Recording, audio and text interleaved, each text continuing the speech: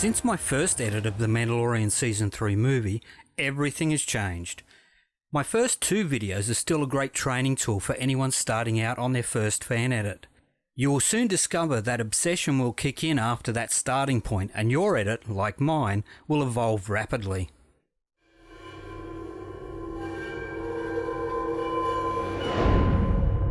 Also, a little update. It looks like I've secured somewhere that will host the movie so you can all watch it.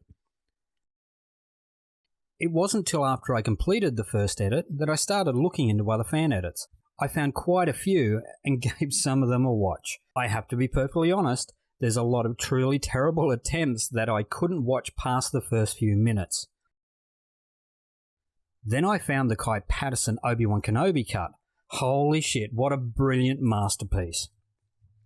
It was so refreshing to watch Kai's movie, and it deserves all the praise it has been getting on the internet. It makes you forget it was a 6-episode TV show, and it's just a great watch from start to end. If you haven't seen it, I'll add the link to Kai's socials in the description below. I recommend you check it out and you give it a watch. Also a shout out to Pentex Productions, who did a great Kenobi cut. He also teamed up with Kai Patterson to do a 2-part Boba Fett movie. And he's a Kiwi, so that automatically makes him a nice bloke. Kai's edit inspired me to put some polish on my movie. He's literally set the bar for fan edits, and I wanted my Mando movie to get as close to that bar as possible. I'd almost go as far as saying when I grow up I want to be as good as Kai Patterson, and that's saying something considering Kai is probably half my age. There were a few things in my edit that really annoyed me. Some of my own doing, but some weird and silly choices by the writers and editors, not to mention the huge plot holes and continuity problems. And don't get me wrong, The Mandalorian Season 3 is high-class writing, filming and editing. I wouldn't have even attempted a movie edit if the series was a terrible mess to begin with. But it's the filler in the series that takes a great base storyline and turn it into an 8-episode TV series. That's where I have the issues. Let's take a deeper look at a few of the changes I've made to my last edit. Poor transitions don't only happen in cheap productions. In Bo-Katan's castle, there's a white transition that looks terrible. It was obviously the day they had the work experience kids in at Lucasfilm. They tried to hide it with a pylon, but it looks cheap and nasty. It had to go. The second issue for me in the castle is when Din announces himself. Bo-Katan, it is Din Djarin.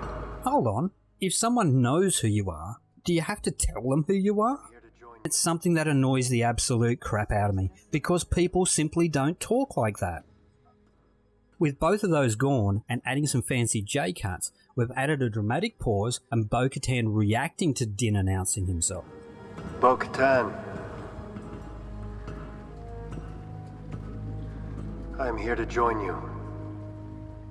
The next thing that really gets my goat is watching Grogu running and walking.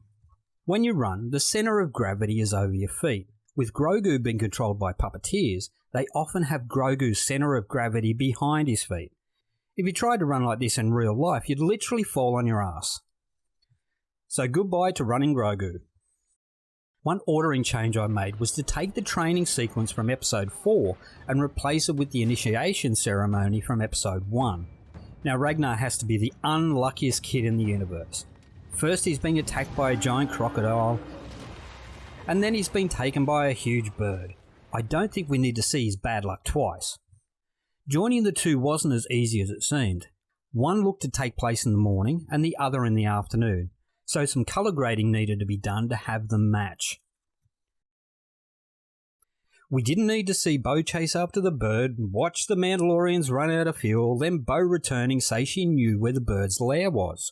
And here comes the continuity hole.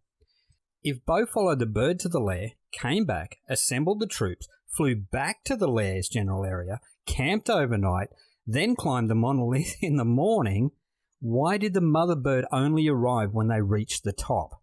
Was Ragnar in a mouth for over 12 hours? Why were Ragnar's clothes dry and not covered in 12 hours worth of saliva? Why did the bird take so long to get to the nest when Bo said she followed the bird to the lair the afternoon before? A lengthy recut later, and it now all happens in the same afternoon. The biggest challenge with this scene wasn't even the continuity holes. it was working with the footage available from the episode. As Bo's ship flies off with the Mandalorians, including Paz Vizsla on board, the scene clearly shows Paz watching from the ground as the ship flies off. A little bit of After Effects content-aware field trickery later, and a blast of heat haze from the ship's thrusters, Paz is no longer in the shot. One fun thing I did was spend days training an AI voice to change a single word in the movie. I'm not going to spoil it yet. Needless to say, it's one way to give a subtle middle finger to my disappointment with one of the sequel trilogy movies. That part might be enough for a future video all by itself. If you made it through the video, thanks for watching, and it would be appreciated if you could hit the like and subscribe buttons to help out the channel. And another reminder to make sure you take a look at the Kai Patterson cut of Kenobi. Till next time, this is Alan from Better Sci-Fi, and hey, let's be honest. Nobody ever watches these videos right through to the end, am I right? So I could say whatever I wanted and nobody'd care. Things like, Rian Johnson is a tool, and The Last Jedi was a slow-speed car crash. If you did watch the video through to the end, well done you. Why not leave a comment? Make it something random to leave people guessing. It'll just be between us. See you next time.